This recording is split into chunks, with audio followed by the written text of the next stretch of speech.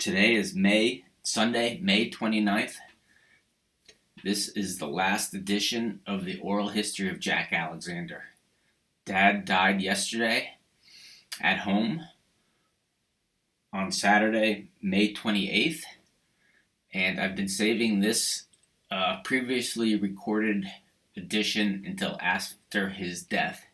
This was recorded on February 18th of this year, and he was still in pretty good spirits, but he kind of was getting tired of the oral histories, and I figured it would be a good time to stop the recording. So, without further ado, here is the last edition of the oral history of Jack Alexander. Okay, so good morning. Today is February 18th, 2021, and I am recording this at my house in Rye. And Dad, where are you? Jack Alexander. I'm at 108 Studio Road, and my birthday is August 9th, 1928. Okay. I'm just going to pin you here. So we're going to talk today. We're going to talk about your hobbies. Growing up, I know you were very into photography and ham radio. We've touched a little bit on the photography. You started when you were, just a teenager. But, no, that's not correct. Okay. I started even before that. When I was probably 6 or 7 years old, I had a Kodak box camera, and where the film came in a roll backed by paper, and you loaded it into the camera, and you rolled it ahead until you came to a number. Then you took the picture and then rolled it ahead to the next number. After it was finished, you took the you rolled it all up, and you took the film to the drugstore or any place that processed it, and they processed it and gave you back prints. And I still have some of those prints in my albums. Okay, great. And but then, so that was when you were younger. So then I guess you asked for a camera for your bar mitzvah. Is that it? So you got a slightly better camera then? Yeah. So I asked for a twin lens reflex camera for my bar mitzvah.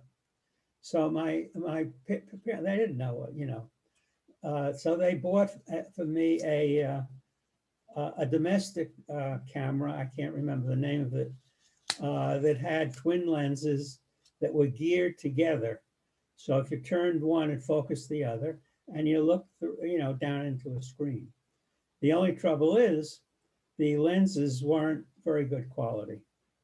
And I never realized that until later, when actually after I was married, I think.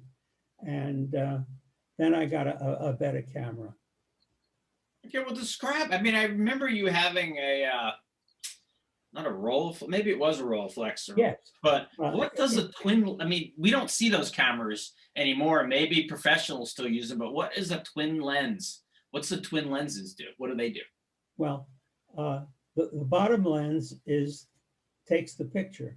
The top lens, which is synchronized with the bottom lens, projects on a screen that you look down into a viewfinder and see what you're going to take. Okay, so it's just for viewing. It seems like a complicated way to see what you're looking at, but I guess that's kind of how they did it. And yeah, and the state-of-the-art twin lens reflex was the a Rolleiflex made in Germany, and they were available used. And after I got married, I went in and bought one of those. And with anything else, you need somebody that inspires you or guides you, because you really don't know what to do. And uh, and this helped me a lot. Uh, and one of those people was Joe Levinson. Joe Levinson was a member of Temple Sinai, and he was a ham radio operator. And we got talking, and he said, "Why don't you come down to ham radio operators? We have a club." So I came down to the club, and I saw what was involved.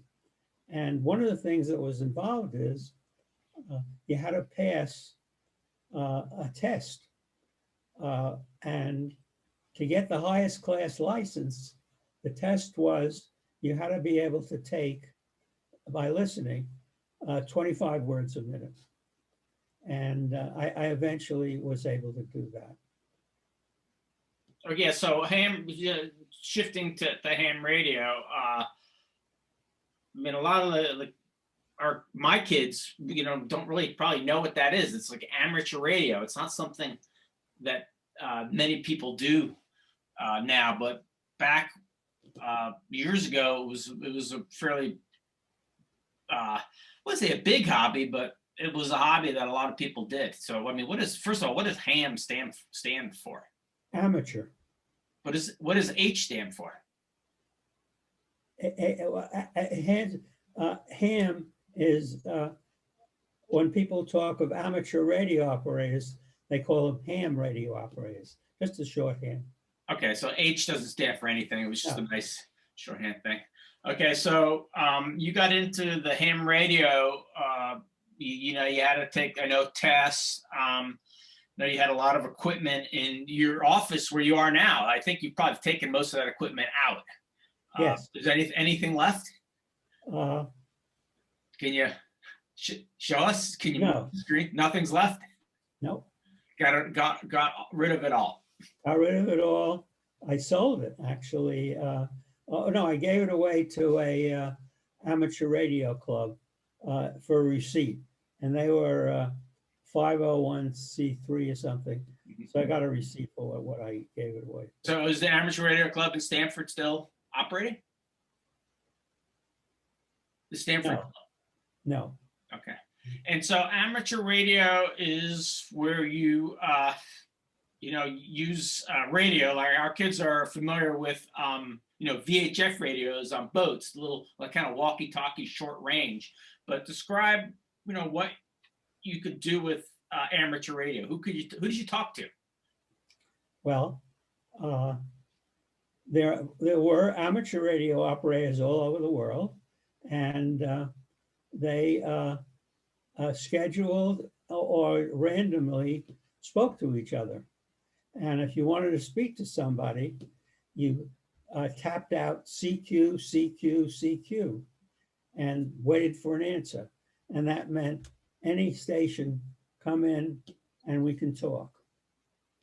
So in the beginning, it was mostly you did it by Morse code, using I guess it's called a telegraph, right? One of those little things you use in your hand. Yes, it was key. Yes, I didn't do very much voice. I did mainly key, and you could get pretty good with a key. You could use just a straight key where you just tapped it out, or you could use a keyer, which was a gadget that once you started a letter, it would automatically finish it for you. And it would do it in good rhythm. And the whole thing with amateur radio is rhythm.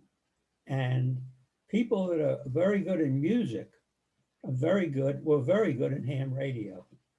I was never good in music, and this made ham radio very difficult for me. Bobby Barish was a ham radio operator. When he went into service, they saw his qualifications and told him, "We're going to make you a ham radio operator."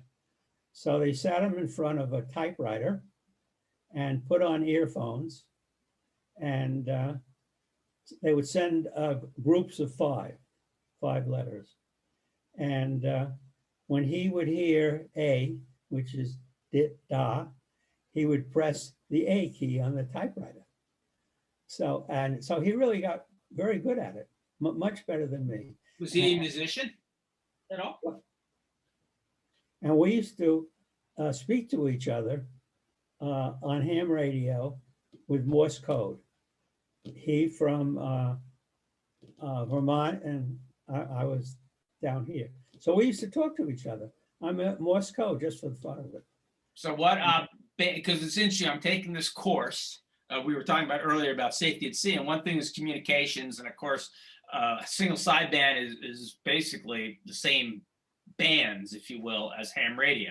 It's slightly different, but they were saying, you know, the further you go, the longer the bandwidth.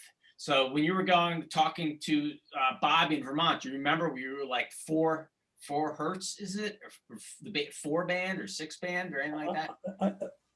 The FCC assigned different parts of the spectrum to different people that used it. And it became very valuable to own part of that spectrum. And ham radio was assigned a spectrum to use, a portion of a bandwidth across the whole spectrum. And so that's how that worked. Right, I know that, but just the length of the band. I know for very short communications, the wavelength is very short. So like the 2 meters, I remember that's kind of, you know, almost line of sight, if you will. But then when you talk to like around the world, it's in the gigahertz. Is it gig? What's the band width? Do you remember? No, I don't really remember. Right. But the further you go, the longer the wavelengths, basically. Okay. Now, did you talk to Bob using Morse code? He must have been. You probably had to tell him to slow down. Oh yeah, no, he was really good because he's, you know, he was a musician, and musicians really got into. So and anyway, so it came time to take my a test for extra class, which was the highest rating and allowed you to use more power and more bandwidth. So I went down to Whitehall Street, where the FCC had an office, and it was in a snowstorm, just like this. And well, I couldn't find a place to park. It was terrible. It was so I just parked, you know, anywhere, and went in and took the test. And they tell you right away if you pass or you fail. And I passed. So I was really happy. Then I came out to get my car, and it was towed. So I had to, first of all, I needed cash to get it out. And so I called Lewis Winter in New York. He lived in New York. And he arranged to meet me, and we got cash.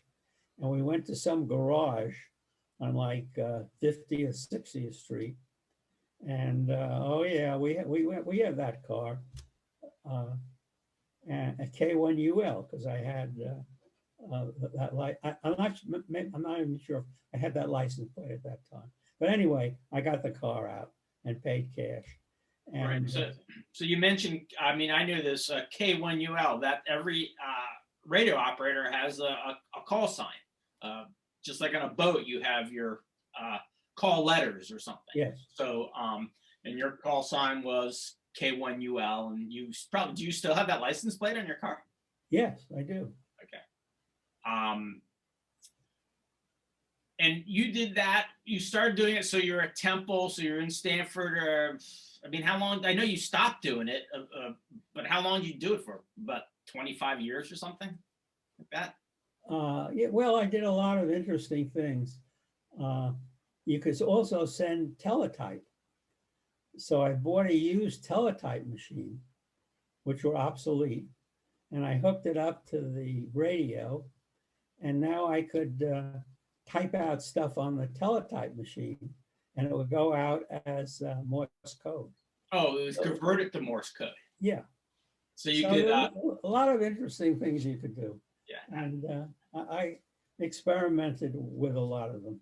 Yeah, they have these thing called, I think they're called Packard modems, where for boats that you'd hook it up to, it's basically the same frequency, it's just slightly different, but same technology. And you could send data over single sideband. Did you know about that? No. Yeah, so you could send email using single sideband.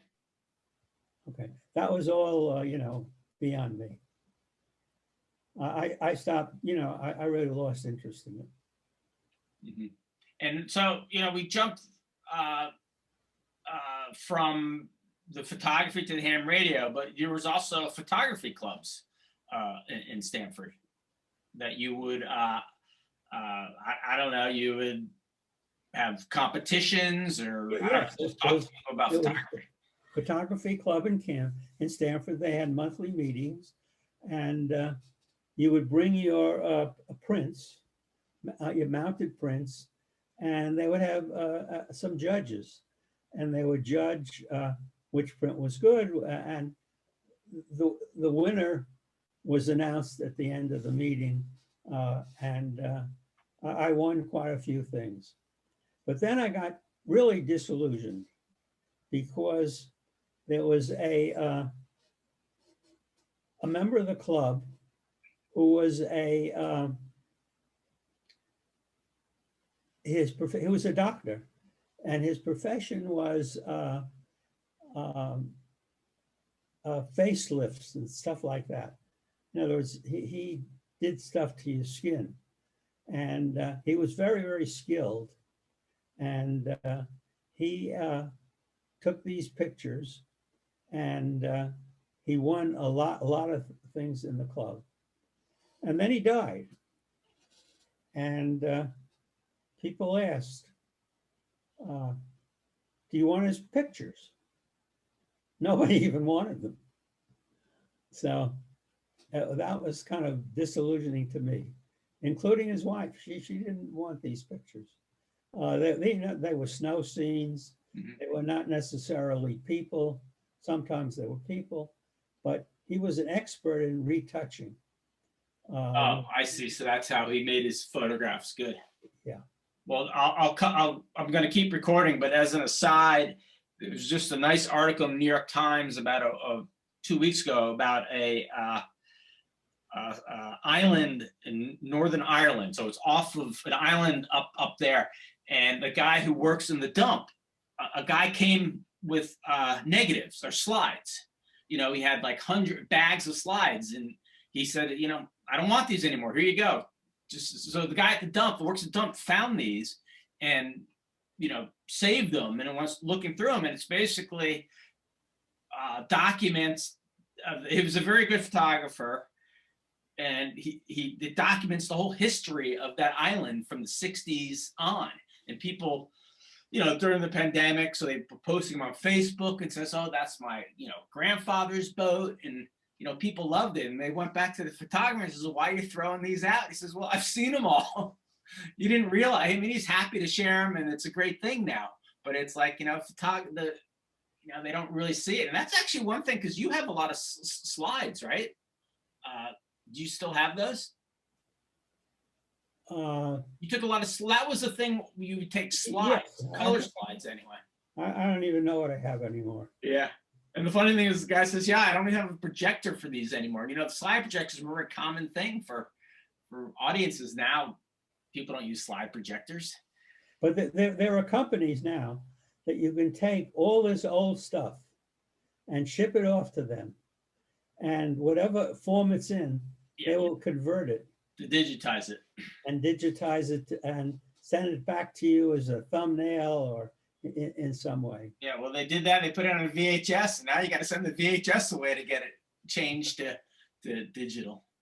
Okay, so that's, we'll edit this little sidebar out. So, I mean, you say you got disillusioned because nobody wanted the photograph. So what, you just stopped doing the camera club, or that was just kind of an aside, or was that really like an aha moment? Nobody cares, or? yeah, I still, took pictures, and then you all got interested in the dark room, and you were all very messy in there. So I said, look, you all take over the dark room. I can't work in the same place as you all. So Yeah. you all took over the dark room, and worked in there. And one of the things that we actually made in the dark room that are valuable today are pictures printed on photosensitive paper. They're called, can't remember what they're called, but Mystic has a big dark room, and they will produce those prints. Now, if you want to print, for example, of some of in their collection, you can get it in one of these prints that are made in a photography basis, or you can get it made on a regular printer, and the cost is like 10 times the amount. Yeah, well, I mean, a regular photography paper is where you expose it. It's almost like film. Then you have to develop it. And so you just did black and white, or when you were doing your own photography, it was really just black and white? No, I only did black and white. Your color was a lot harder to develop. The negatives, was it? I don't know. I don't really remember, but I know Yeah, it was a much more complicated process. Okay, I only did black and white. And you still, I remember when you were, I don't know, let's see, in the 60s, or not 60s, when you were 60 or 70, you always have like a little, that was when little pocket cameras became very, good lenses, I guess, but very small. Always kind of using one of those. Yeah, so a digital came in, and so I had this Rolleiflex. So I put it up for sale on eBay for $750. This is when the digital was, taking over, and I could see that these kind of cameras couldn't be worth much, and I got $750 for it. I was shocked. Yeah, well, you have to know the value of things before you list them, because you can give them away for too. Okay, so and how did you also did you took a lot of home movies? That would be film movies that you did. So you must have, what kind of cameras did you use for those? Or I guess they're called movie cameras. Yep, I did. I had a movie camera that worked on, there were two formats, 16 millimeter, of course, which was a professional format, and 8 millimeter, which was a amateur format, or 8 millimeter, or super 8 millimeter, which was a little larger than 8 millimeter, but used 8 millimeter film, and the sprockets were only on one side, the sprocket holes. I see. And did you have to hand crank those at all? Any of your cameras? Yes. My original 8 millimeter camera, which had a turret, which rotate 3 different lenses, that you had to wind up for it to work. Oh, I see. You wind it up. Because I was going to say, how would you rotate it while you're filming? It would be all jumpy, but you wind it up like a spring or something. Yeah, a spring with power. Yeah. I see. Okay. And I remember when we were little, back when we were, I don't know, I must have been, 5 to 10, or we would every once in a while, we'd have movie night. We'd go watch the old movies down in the basement. So I converted all those movies first into VHS, and then from VHS to digital. Great. And The, I CDs. now have them.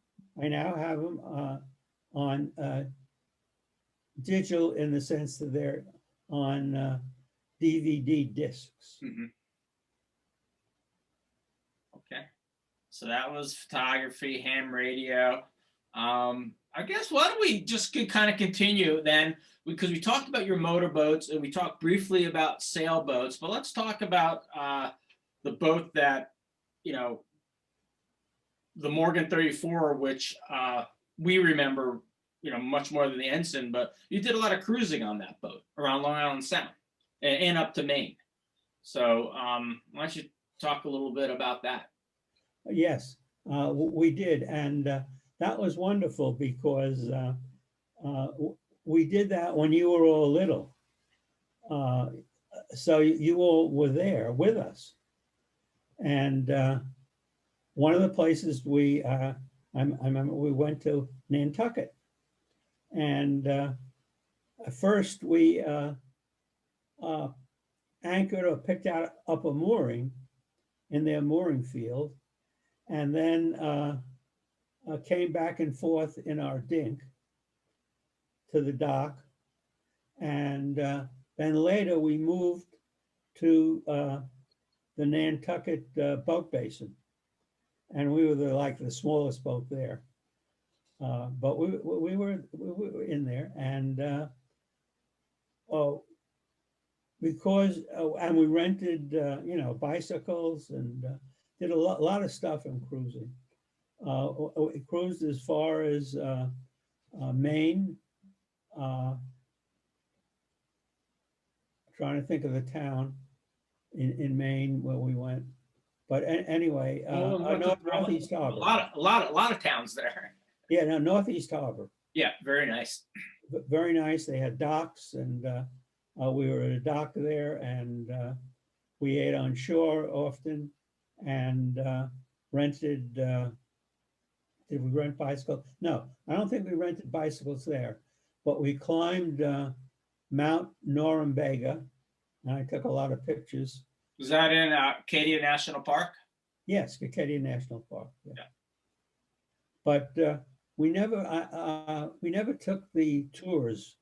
They had carriage, you know, tours through the national park. We never really did that, but we did climb that Mount Norumbega, and have a lot of pictures of doing all that stuff. I mean, you went up to Maine, you know, many different summers. I mean, how many, do you have any idea how many summers you went up? 10 summers? Or was it less? On the Morgan 34. On the Morgan 34. But the way we did it is that I would have different crews for different 1 week or 2 week periods. Like the Blasniks came on one cruise for a week, and then they would drive home, or no, somebody else would come up. Maybe mom would come up, and they would drive her car home. So I was gone for maybe 6 weeks, or yes, maybe 6 weeks. But during that period, we had you know, constant changes of crew, 1 week at a time. Now, how long did it take you to sail up to Maine when you sailed there? Yeah, I always did it in a couple of jumps.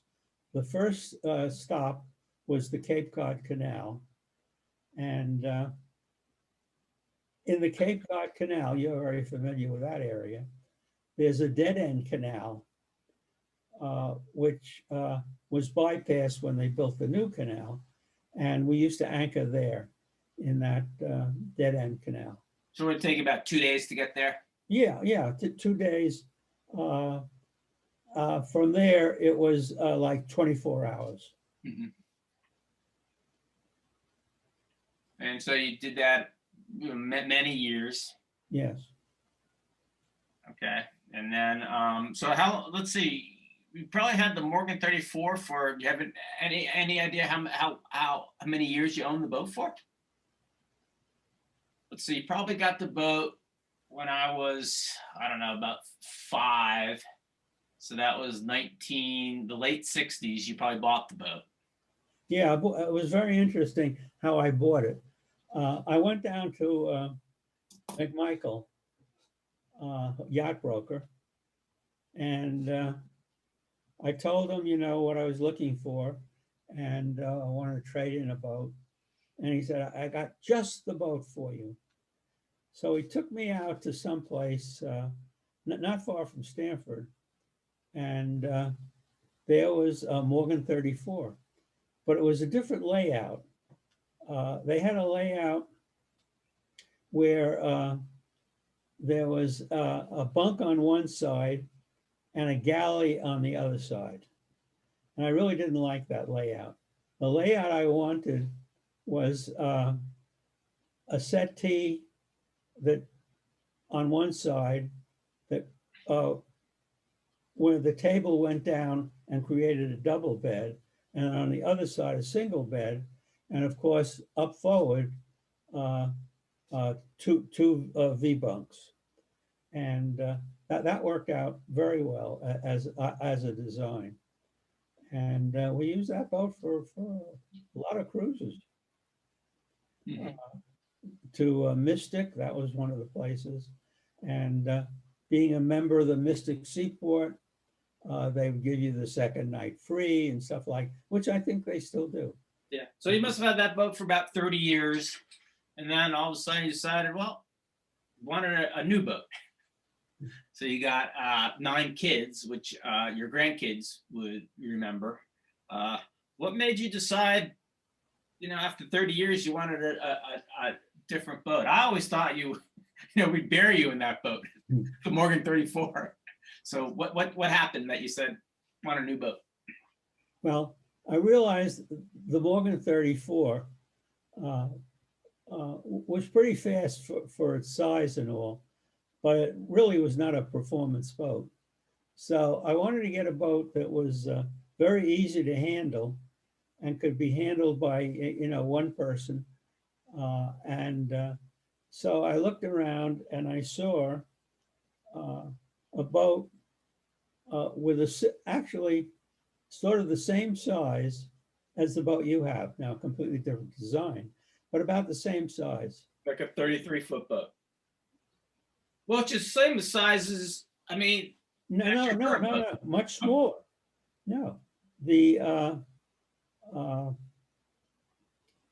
boat after the Morgan, 9 kids, was a much smaller boat. Okay. It was 9.9 meters. I don't Okay. know. But how many feet was it? How many what? How many feet? How long was the CNC 99? I think I can't remember. 32 and a half feet. It was about 30 feet, I think. Yeah. Yeah, 32 and a half. So Yeah. it was slightly smaller but easier to sail. Much easier to sail. Yeah. Yeah. So that's what you want. You want something a little easier to sail.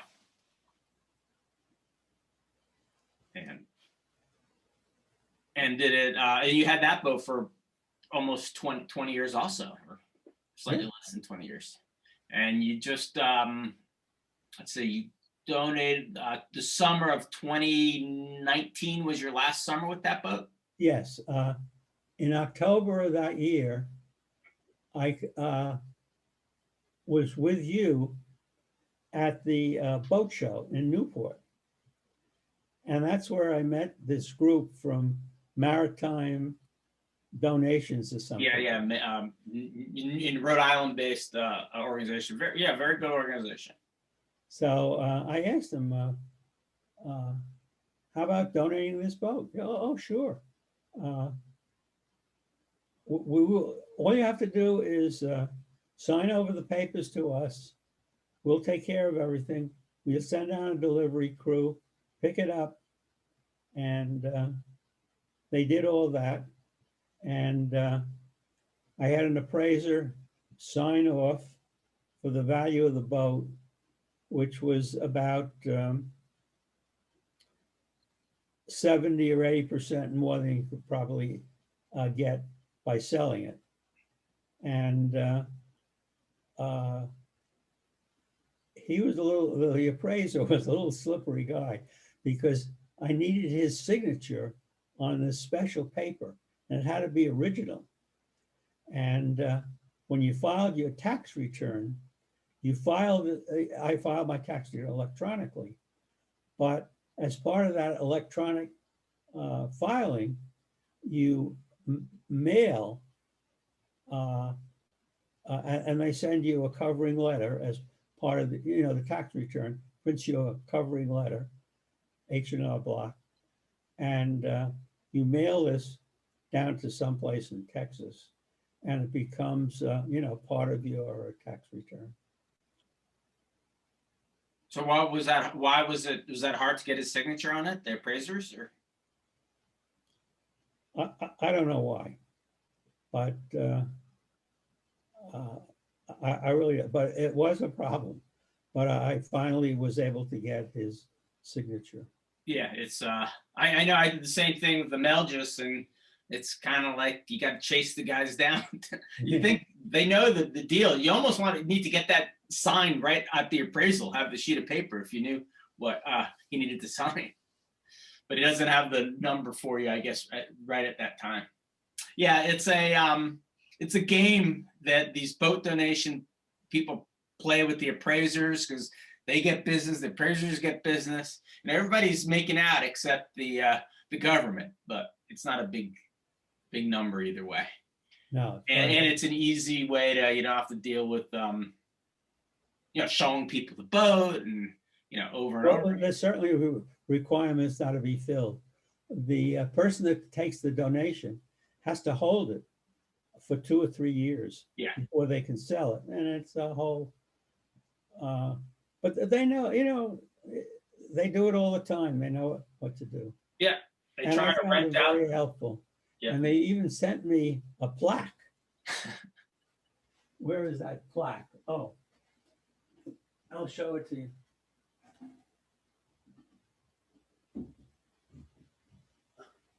Block Island Marine Funding. Yeah. You see it? Nice. Yeah, they do it. Make you feel good about it.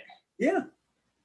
So they sent me that plaque, and your charitable contribution will support maritime education programs for several nonprofits throughout New England.